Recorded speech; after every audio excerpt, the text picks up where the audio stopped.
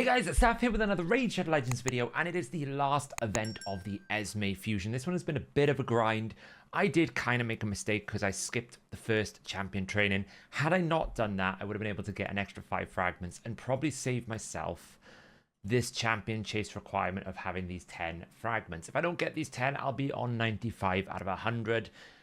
I kind of went down the middle path on the deck and got myself an extra 5 fragments there, but it is what it is. Some people were able to completely skip this champion chase as well. It is a decent event that's going on right now in terms of a ×2 sacred, so that's not too bad. There is a ×10 Cheshire Cat, but if you haven't seen my video with Big Papa Drock, I'll put a link in the description.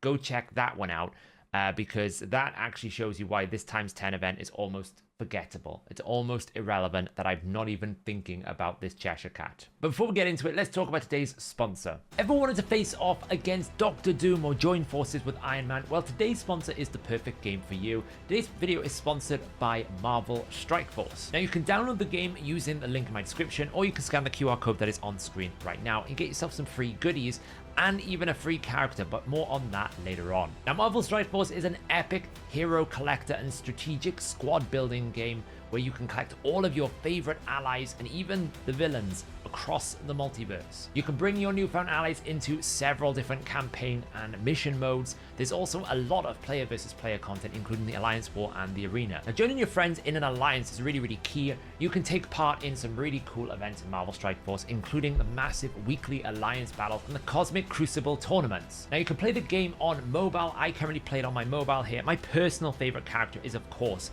Cosmo the dog. Absolutely cool looking character.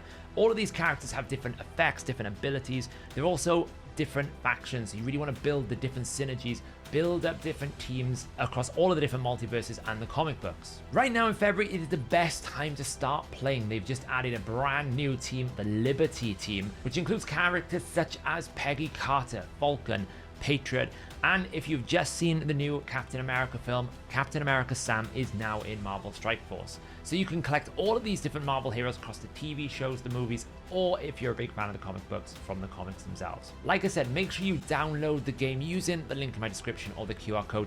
If you do that, you'll get some freebie rewards. And also, if you use the promo code right now, then you can earn a free Captain America Sam. So don't wait, download the game, get collecting, and thanks again to Marvel Strike Force. Okay, so I want to complete the fusion. I have got about, let's see, 80 fragments right now. I haven't done the arena tournament yet. That'll get me to 85. And then I basically, if I'm finished off with these fragments here, right? So I need to get to the 2500. It means I can skip the gear enhancement event at least, so I can save myself some hassle there. That's not so bad. In an ideal world, I would love to get to 4500, but we're talking an extremely expensive champion chase to do that, because if you think about it right now, it's a ×2 sacred. You want to be pulling sacreds.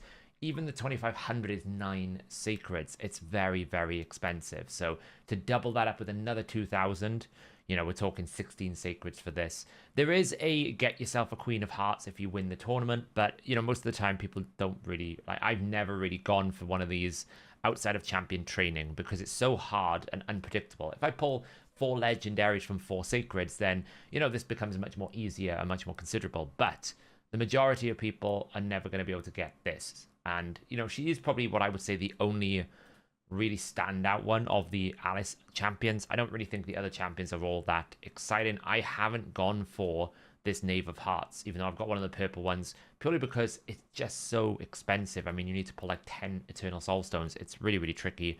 I don't really have any Eternal Soul Stones right now anyway to be getting them. So even if I pulled all of my stones right now on a non-awakening kind of no special event, there's no guarantee that I'll get this Brave Deck of Fate. So I haven't gone for Knave of Hearts, and I would say generally Knave of Hearts is okay, but he's not that special. There's nothing really that crazy about him. I know these are kind of useful.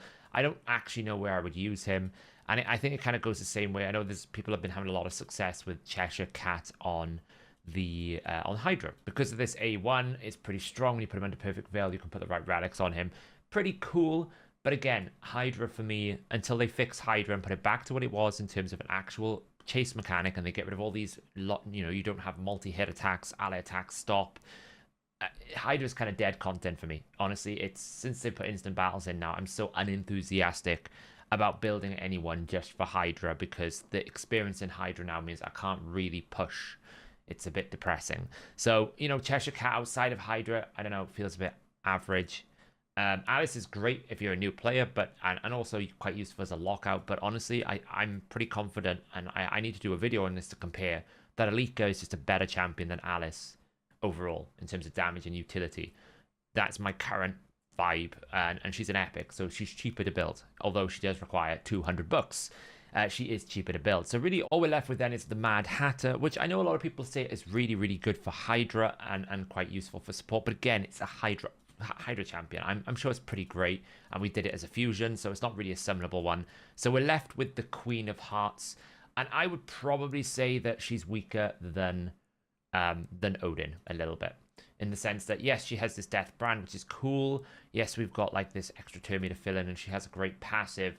I'm sure she's really, really good. I'm not saying she's a bad champion. I just feel like Odin is probably better because he's got the 40% aura. He's got the block damage passive. It's a little bit better than sort of granting an extra turn, because this is not an instant turn. It's an extra turn. So you can just buff extra turn on your own champion and kill her, because you've got to wait for this kind of thing vibe to go on. So I don't know. I think she's worth getting. She's the only one that I would actually chase for. The others are a bit average. So what am I kind of looking for here? I mean, mostly with legendaries, I'm still after the Kaimar in the pool of champions, and a Harima. Those are the two that are really kind of stand out. We do have this new guy, Arashi Riptide. He seems to be quite interesting, a little bit like the Cheshire Cat. But yeah, those are the two I'm really on the lookout for now, is those two champions, right? It is the Kaimar and the Harima. Probably Harima more than anything else, because that will have the most impact on any sort of arena team that I'm building, or any sort of content in which I'm dealing with a lot of ignore defense, which is obviously on the rise. So those are the two that I'm really looking out for at the moment. The only other champion that I might be on the lookout for is this Warmaster Arthurian. Very good in Hydra as an alternative. Might be good in some other places as well. It'd be good to get a Warmaster Arthurian. Plus, he looks amazing, doesn't he? He looks sweet. So yeah, so those are the only three that I'm really looking for. Obviously, none of the Unity champions are in the pool. Those were the other ones I'd be interested in. We do fortunately have a Prism. I always save these now for Champion Chase, so this hopefully will give us an extra 250 points. If I can get low Seth, great. But I don't need any of the others, so it's kind of low Seth or bust here. That's what we're looking at. So let's see what we get here first. Let's open this up, and we're gonna get a legendary. Ooh, it's a Theodore. Oh, it's okay. It's okay. It's actually super unlucky, but not bad, right? There's 500 points. So I'm saying, oh, the only reason I'm saying, is because I've already got a few Theodores, and I don't really need another Theodore to go to my list. I think I got one Theodore there. So actually, it's not bad to have two. But I'm pretty sure the Faction Guardians for Night Revenants is pretty decked out at this point. But, you know, we could start maybe looking at empowering or awakening one of them if we wanted to. But hey, that is great that we actually got 500 points from a Prism that was just on the Sand Devil. This is why often I say, you know, the Prisms are quite useful, even if you don't buy them, because they can help you get some free Champion Chase points, and sometimes you'll get a Legendary out of them. Not all the time, right? It's pretty accessible on the top of a Sand Devil tournament for most players. It's not too expensive to go and get that extra shard. Okay, so let's go through the 5 Sacreds. I need to pull them all, otherwise I have no chance. 500 points is a big deal from the Prism. We'll get a Legendary straight away. Oh, it's Mountain King. Okay, it's a bit of a 2021 champion. I think it's like my 3rd Mountain King. Not bad. I mean, he is still hits really hard, but probably not as hard as most champions do these days. But hey, we're off to a great start for the Champion Chase. That's 1,000 points. 1,000 points we're already at. That's really helpful. 1250. We've already got the first set of fragments. Remember, we need 2,500. We're probably not going to get another legendary now, because that first one out the bat was helpful. Created in the blue. Amazing epic. Really, really good for Centranos. Are we going to get anything else? We've got Chancellor Yasmin, the last one. Any more legendary? One more to finish it off? Nope. Okay, that's fine. We get a Trumbor. Okay, so where are we at after we've pulled the 5 Sacreds and the 1 Prism? Very close. Very close. Right. We're very close. This is wrong. It hasn't updated yet. We're actually at much more than 1,250. I think we're at about 2,000. I think if it's going to update when it updates. There we go. We're at 2,000 right now. So I still need 500 points. So there's multitudes we could do. We could either pull a legendary from here, which I tend to not like to do because I don't have many of them left. And sometimes you need them for an emergency. Or we can just pull some other shards, even though it's not on the event, which is probably what I'm going to do. Just pull some ancients to see if we can get a bit of luck. You know, maybe we'll get some epics. That's really what I'm looking for here is epic pulls, not 10 rays. It's going to be 10 rays. It's going to be 10 rays. Oh, that was painful. Okay, so this is the only downside now is I need to get some epics from somewhere. Okay, let's try 10 more. Let's see what we get. Maybe we get lucky. Come on. Come on. I need 2 epics. That's all we're looking for. Anything that isn't blue. Oh my. Oh, there's one. Okay, one more. Okay, that's good. 340 points. I guess it's closer. 230 points. We basically only need a few more now, so we could probably save the rest. Maybe summon 1 ancient shard just to get us there. If we get lucky, it's an epic. Great. So I just need about, I think, 50 more points. And the reason why is once I get these last fragments, it's actually the best time to pull Esme right now because we'll get another 500 champion chase points. So that's what I'm trying to get to is the final fragments. I can pull her and that'll get me a legendary book on top. And it will put me at 3,000 points on the tournament. I don't expect to win Queen of Hearts for 3,000 points. But, you know, crazier things have happened. It could happen. It's unlikely, but you never know. Pulling ancients right now, by the way, I would never recommend, but it's needs must scenario that we're in. So we're at 95 out of 100. I need to do the Classic Arena tournament.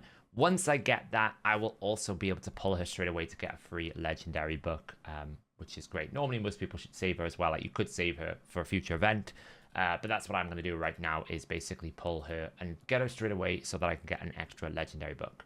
So 2 legendaries, one from a Prism, one from 5 sacreds is pretty good going. It's very hard for my level of an account right now because the amount of legendaries I've got, I mean, it's just substantial amounts of legendaries. For me to find something that's going to actually be really game changing, there's so many legendary champions in the game that trying to get something that I don't have is much harder than trying to get something that I do have. And that's kind of like what mine and Video Drox talked about. If you go check out the video in the description. It's a bit of a long one, so make sure you get yourself a cup of coffee. It really kind of goes through how difficult is it to get champions that you actually want. But there you go, guys. Not bad. Esme Fusion complete. That was a pretty hard slog. It was very difficult. We'll have to see what's coming next down the pipeline. Alice event is finishing very soon. You know, it's only got another week and a half left.